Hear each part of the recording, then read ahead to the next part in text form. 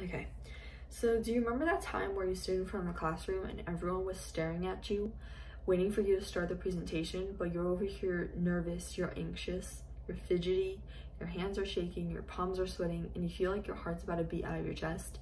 But then on top of all of that, you know everyone in the room knows just how nervous you are for this presentation. Well, that's an effect of the illusion of transparency. But you're not the only one that actually experiences this. So in my research, I've learned that actually everyone experiences the illusion of transparency. But luckily for us, there are ways that can help us lessen the effects of this illusion. So I'm going to be telling you what this illusion of transparency is, why it is that we actually experience it, and how we can learn to deal with it and lessen the effects of the illusion. So here's another example of the illusion to help you better formulate maybe your own definition of the illusion before I tell you the formal one. So this was actually an experiment that was talked about in the Psychology Research and Reference site that I read. And in the experiment, participants were asked to take a sip from a variety of drinks, and while doing so, they had to keep a straight face. Now, of the different drinks that they had to take a sip of, one of them was very disgusting and just not the best drink out there.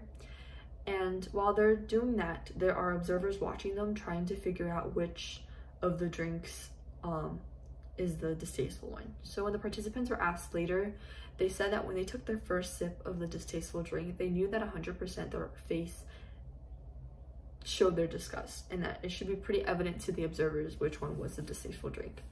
But when it came to the observers actually trying to identify the distasteful drink, they had a hard time because they couldn't really tell based off the expressions of the participants. Now, the participants assumed that their disgust for the distasteful drink was so evident on their face that it was enough for the observers to tell which is which. However, that wasn't the case, and the observers couldn't really tell the difference between their straight face and the disgusted face. So now that you have two examples, you probably already have your own definition, but the more formal definition of this illusion given by affectivology is that the illusion of transparency is a cognitive bias where people overestimate how apparent their emotions and thoughts are to others. So to help you better picture it, just imagine one of those like tap to sing birthday balloons and then a water balloon. So the tap to sing balloon is basically how much we think others can see our emotions and thoughts, when in reality they can only see the size of the water balloon. So that's what the illusion of transparency is. Now, why is it that we actually experience this illusion?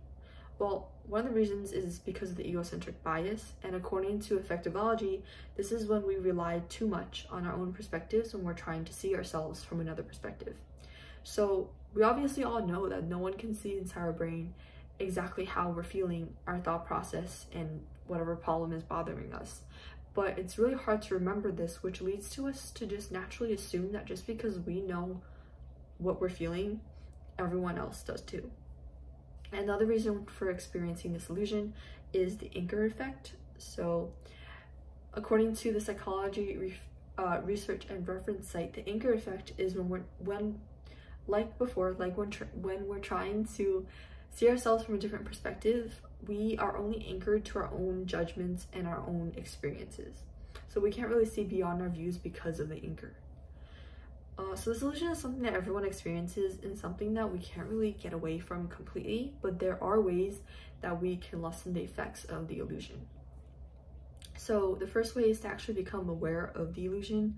So just by knowing that sometimes we as human beings have powerful emotions that others cannot see, even though we think they can, it helps us with relaxing and just becoming more confident. It relieves our stress, our anxiety, and other emotions that we may feel when it comes to the presentation or something as simple as meeting new people.